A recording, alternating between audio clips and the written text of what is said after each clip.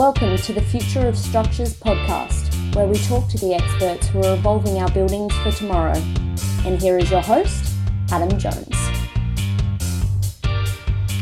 So today we're going to do something a little bit different. We're going to do an end of year review of 2017. So I started the podcast in the middle of 2017. One of my first interviews was with Antony Sprigg, and since then I've had some very, very interesting guests and very wide-ranging.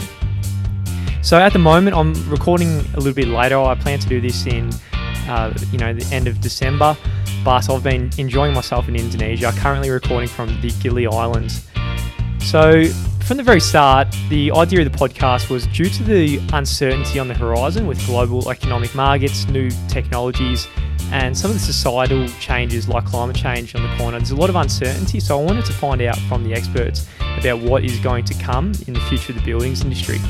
So it's been a super and enjoyable experience speaking with some of the world's top experts. But I want to find out more about the listeners and what you guys really want. So I've put a little survey in the description. I'd love to find out more about who is listening and some of the guests that you guys want me to be speaking to for this podcast. So on the podcast, one question I've asked every single guest is, what do you think will have the biggest impact on the buildings industry? So this question is as pertinent as ever with all the technological disruption, economic uncertainty, and environmental threats like climate change that I briefly mentioned about earlier. So this podcast, we're going to chop up a bit about all the other interviews I've had to find out what were the answers of some of the experts that I've already spoken to.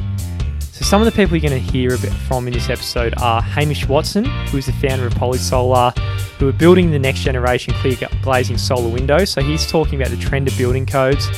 Tom Smith, the global director of property at WSP, who's going to talk about autonomous vehicles. Kevin DeVito, who is the founder of CyberCity 3D and moving towards a sharing economy, he's going to talk about. Yanni van der Venter, the founder of Zeobond, who are the world leaders in geopolymer concrete.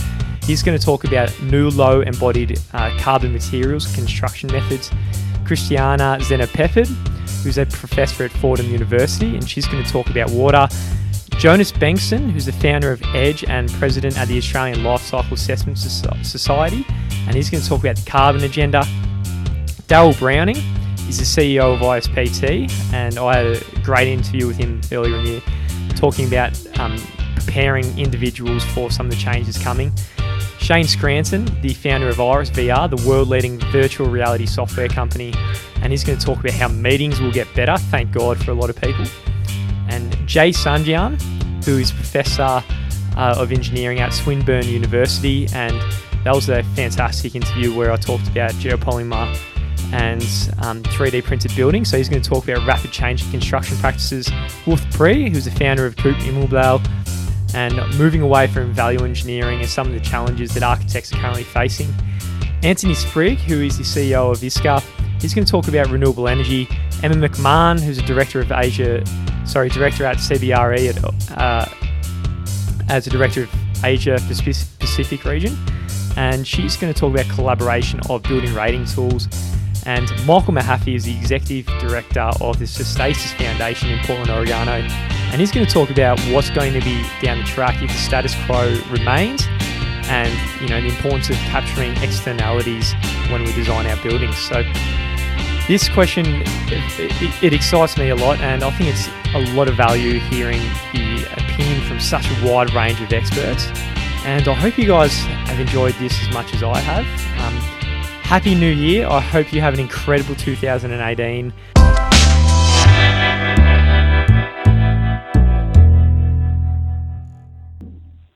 It is a conservative sector with a reasonably slow moving in terms of adopting new technologies. But equally, buildings represent sort of nearly half our emissions in terms of CO2, and therefore are a key area that needs to be addressed. That is usually driven by building regulations, and those building regulations do rather jump around, but the general direction is very clear that zero carbon buildings are coming in at a fairly rapid rate, and that the renewable energy, therefore, is an essential element of that. It is also a cost-effective element of that, and therefore it will be adopted. So I don't have any question that it will be adopted. It's just how quickly it's adopted.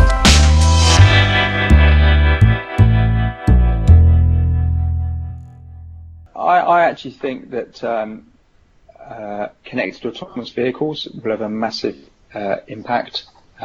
If you just think of how they change our towns and cities and precincts, what do we do with all the multi-story car parks or the at-grade car parks that we have if they're no longer needed? That's a massive opportunity to redevelop, to create more social amenity, to create more housing in the middle of our towns and cities. Okay, you're going to be able to do away with roadside parking. Okay, so suddenly our roads and pavements become more integrated. They become sort of like avenues or thoroughfares. Okay, and we're going to see shared zones with pedestrians, cyclists, and connected autonomous vehicles.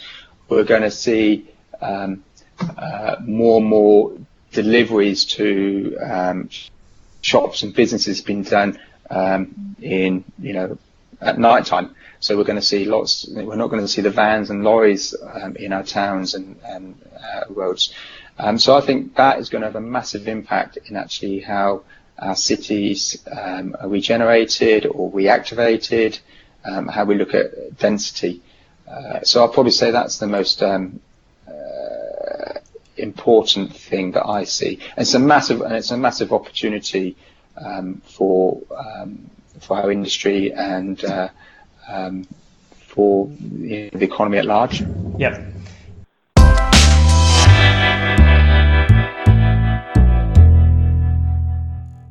Well, I think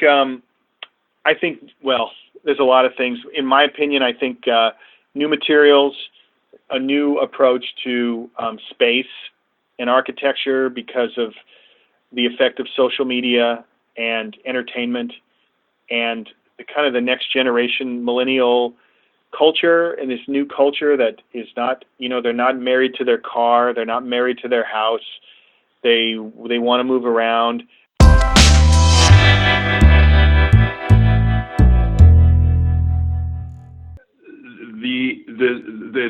There's three aspects. The one is shifting to a different concrete. That means using less cement, even more hybrid cements, but certainly moving away from Portland cement. We may not be able to move away totally from Portland cement, but I think we will use a very high level of substitution. That's number one.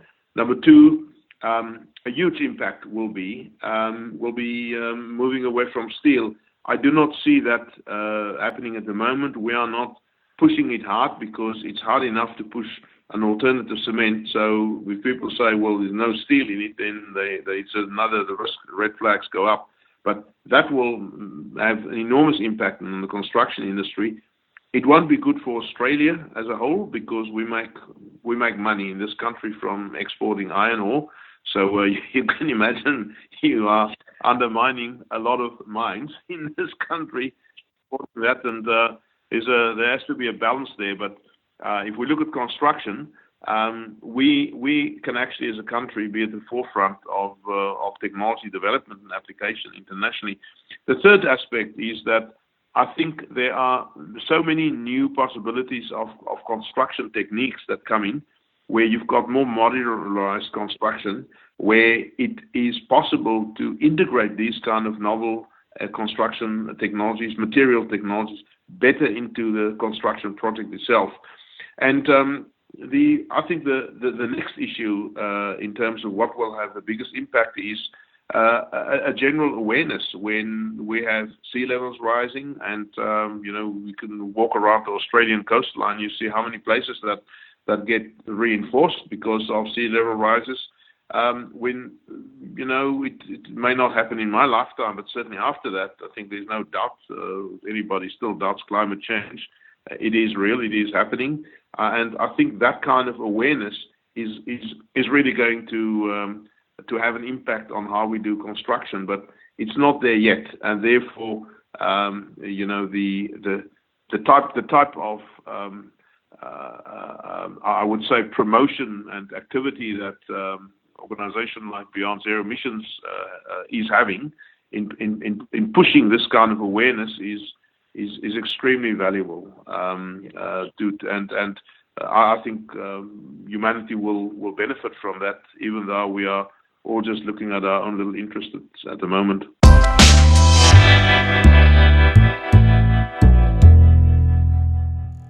I think it's prefabrication. It's prefabrication of a whole host of variety of systems in buildings. And you see them happening in the world. I remember that there was some video, I think it came out a couple of years ago, of I can't remember how tall that building was in China. Did you see that? There was some clip online somewhere of they've done it was just massive. They've done. I know they did a 30-story building in 15 days, and then they also did a 60-story building in 20 something days or something. It was broad group. It was crazy. Yeah, exactly. I think it was the 30-story one that I saw, and it's sort of like, wow, that's pretty amazing. Well, again, and in our own modest way with Brock Commons, with the prefabrication of the wood structure and the prefabricated facade. We experienced the same thing, and the building industry here saw it happen, and some of them contributed to it happening. But I'm telling you, it's very, very uncommon for prefabrication of any, real kind of scope and substance of happening in North America, or certainly in Canada and locally in Vancouver. On this project, we were really fortunate. It was just great. We had Herman Kaufman, from Austria. He did LCT1, 8-story masswood concrete hybrid building, the Cree system. He was our tall wood advisor. He early on in the project, he flew out to Vancouver, participated in 2 3-day workshops. One of them was talking about prefabrication. He gave us this amazing slideshow presentation of prefabrication in Austria, and all of our eyes are like, it's an integrated design team there, so it's builders and subtrades and engineers and consultants, and our eyes are all kind of bugging out as we're seeing, like, he's basically telling the story that you need something prefabricated in Austria, and you just go down to the local, he just calls him the carpenter, but it's the builder, and they have turning tables and cranes. Their shops are just outfitted to handle these types of prefab jobs. You just don't have that here, and we're really fortunate to have this prefab facade done, which this supplier had does from time to time. It's just one of several products that they'll build on spec. They don't solely do prefab facades because there isn't the demand for it. We've since heard from after Brock Commons that these guys have been doing more and more research and development because they also see that they think it's going to be an important future of construction, and they want to get in there on the ground floor of it.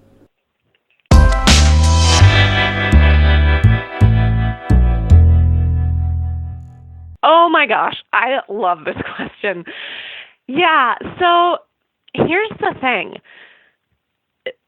People who are doing building infrastructure and building engineering have an opportunity to imagine sustainable, reusable, or recycled water systems in ways that most people don't. So green buildings, sustainably oriented buildings can really be proof of concept for how larger scale cities or regions can function in terms of water. And that's because there's the freedom with building engineers and architects to design systems that are internal to the building that reuse or recycle water in certain ways. And I think that within 20 years, this will be a major, major, major part of not just environmental or sustainability design, but also just buildings in general. I hope I'm right on that. Let's talk again in 20 years. But, and so I think of larger scale institutions and buildings that could really model some of these things. I think of two examples. One is hotels. What if, in addition to saying, hey, if you're done with your sheets and towels, put them on the ground, otherwise conserve water and hang them back up again. What if in addition to that, hotels they recycled water, so they purified it to a super, super clean level, cleaner usually even than your tap water. What if they did that and used that in their laundry systems and just kept recycling and cleaning out the water in their laundry systems? So they would take very little water, for example, from the public or the municipal source, and then they could have this internal loop. And then, after a couple of purifications and washes, with that stuff, then that water could be used in flushing the toilets. And then it could go back into the sewage system. There's just a lot of space for proof of concept and forward-thinking buildings. And so I think of, now that eco hotels and that sort of thing, like One Hotels, for example, now that that's becoming a thing, I think there's a lot of room for creativity in that realm.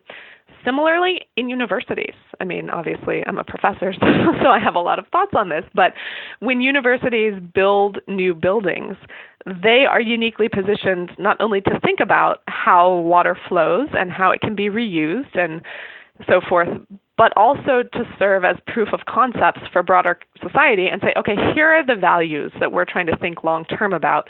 What do those look like when translated into our very infrastructure and the buildings that support learning and support the future?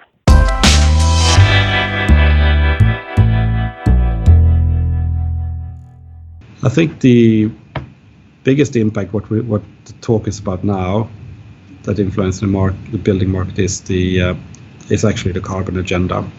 If we look at this in sustainability, I think the Paris Agreement, the commitment to zero carbon by mid-century or mid-ish parts of the century, is driving a lot of change. It's driving away from a reliance on government policy to companies and organizations working out what their pathway is and what their role is to get to a zero carbon economy, both as a property investor, construction companies, material suppliers. I think that's where the biggest and fastest change is happening.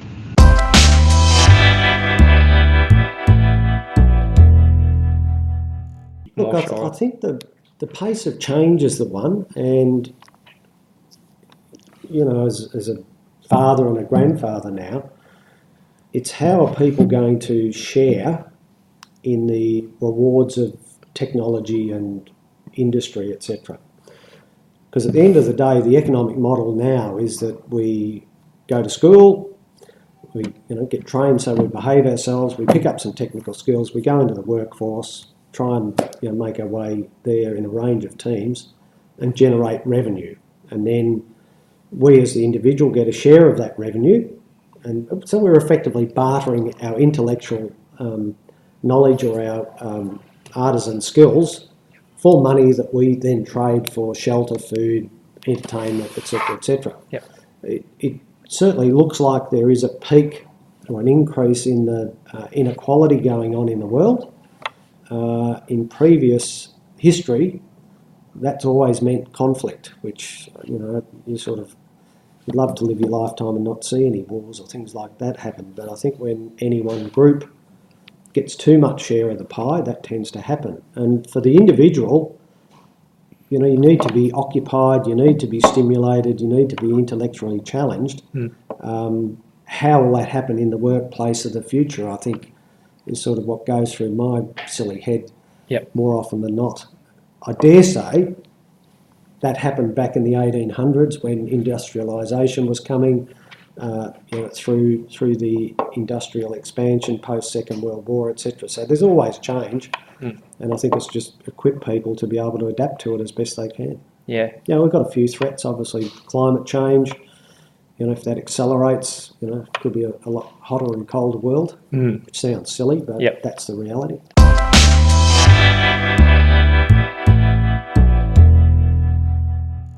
I think a few people on our team have been saying this, and I love it. It's I think meetings are going to get better.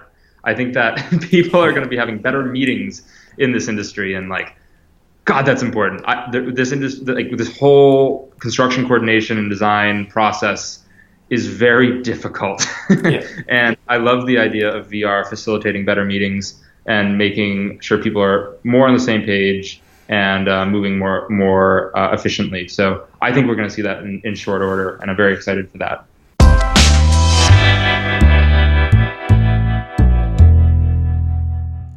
The building industry, there's a McKinsey report published early this year. I don't know whether you're familiar with it, but they showed how the last 50 years the productivity in construction industry has been stagnant. And it's not that hard to imagine compared to manufacturing industry and the total economy. Every year about 4 or 5% productivity increase, whereas since 1995 is nothing. Productivity hasn't moved. And we can see, I mean, you look at construction 100 years ago, there's a guy pushing the wheelbarrow with the concrete, and it's the same in the construction industry now. So you look at the manufacturing industry, aerospace, shipbuilding, they're all robots, artificial intelligence, data sharing, all that technology is there.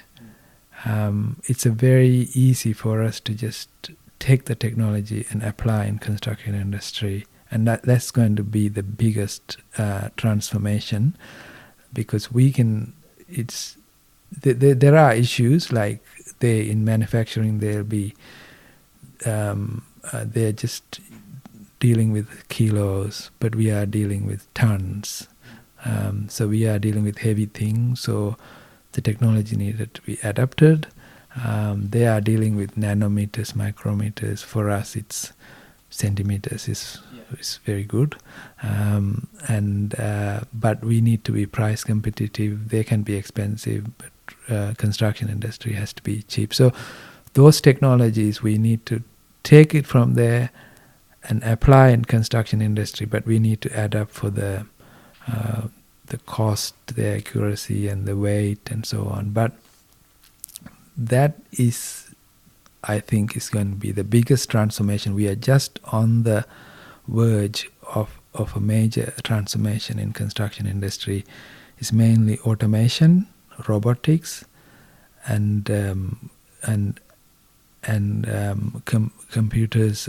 Not just computers, is sharing information, building information modeling. So where from the time you start thinking about building, from the design to construction to asset management, maintenance, and to end of life, entire thing is going to be captured in one building. BIM is a big thing. So within building information modeling and management, 3D printing and automation is all going to come as part of that.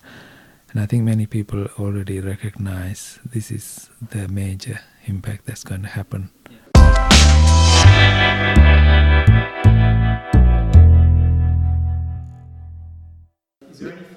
Yeah, this is very important.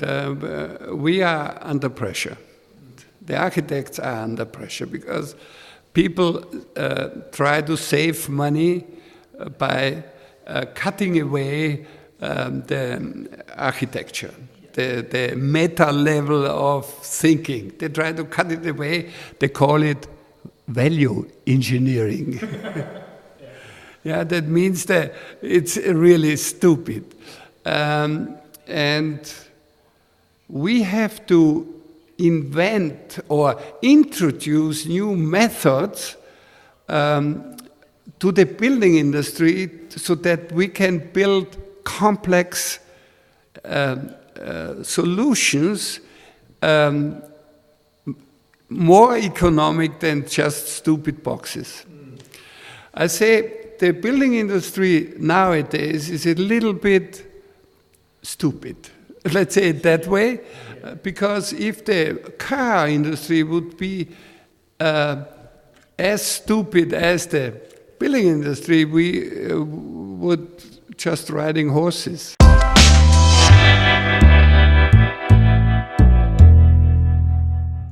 I do think that the whole renewable energy aspect is going to accelerate. I think it's hard to ignore now, and so how that plays out will probably influence a lot of the other technologies, including driverless vehicles and public transport and various other solutions. If we don't invest and particularly decentralization, and we don't support decentralized city models, for example, well, then we're simply going to promulgate large-scale transport infrastructure back into the major hubs, because that's what has to happen. So I do think there's some fundamental planning challenges that will either enable some of the very brilliant technology and models out there, or simply they'll just sit there and only be sort of marginally used, if that makes sense.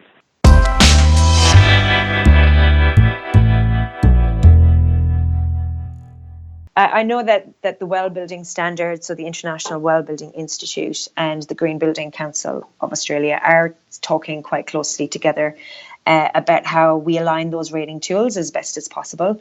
Well have already issued a crosswalk document, it's called, which just simply highlights that if you do have a Green Star rated building, you automatically tick all of these boxes within Well if you wanted to achieve a Well rating, which makes sense.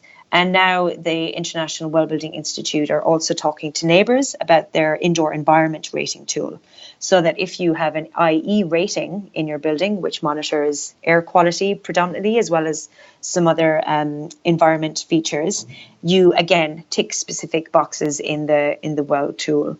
That being said, though, yes, while wellness is a very big buzzword, I guess, in property at the moment, and it was the logical next step, I think, for sustainability was to move away from the environmental focus and very much around energy, water, waste, which is still important, and we still haven't finished the work there. But that moving more towards a social sustainability was quite a logical next step, and was where the Australian market, I think, was ready for. But there's now talk of a move towards carbon positive, and I know that the Green Building Council of Australia is developing a roadmap to carbon positive, which is really exciting, and means that we're trying to be more innovative, I guess, about how we design, manage, and operate buildings, so that we keep reducing the amount of impact that the buildings have on the environment.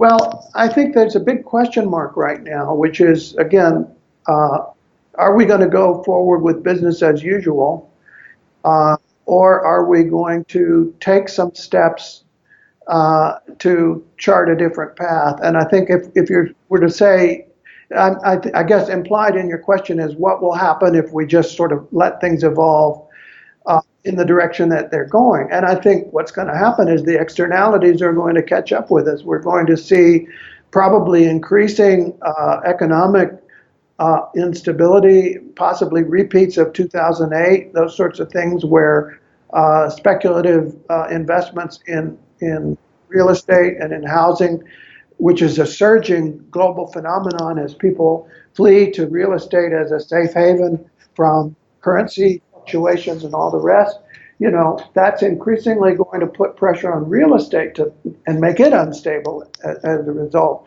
And so I think we're going to see a lot of instability and a lot of potential crises, economic crises, and more waves of very unpleasant economic events happening, black swans and so on.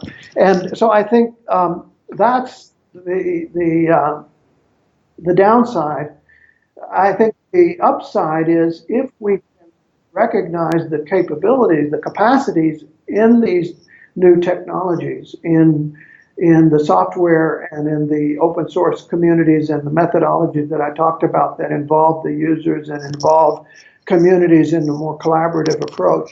And if we can actually get a handle on these externalities that need to be brought back into our economic transactions, carbon tax, resource depletion tax, community ground, land value taxations, other externality costs that are brought back into the equation, we can stabilize our economic processes, and we can create what I think will be much more satisfactory and beautiful times.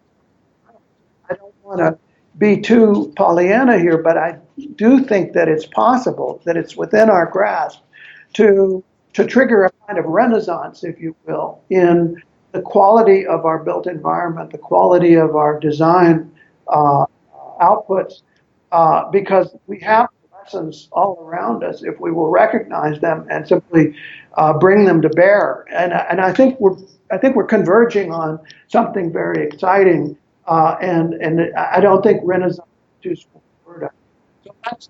So that's two scenarios, a tale of two futures, if you will, which is very exciting and hopeful, and one of which is essentially business as usual. We continue to drift, and we drift into pricing.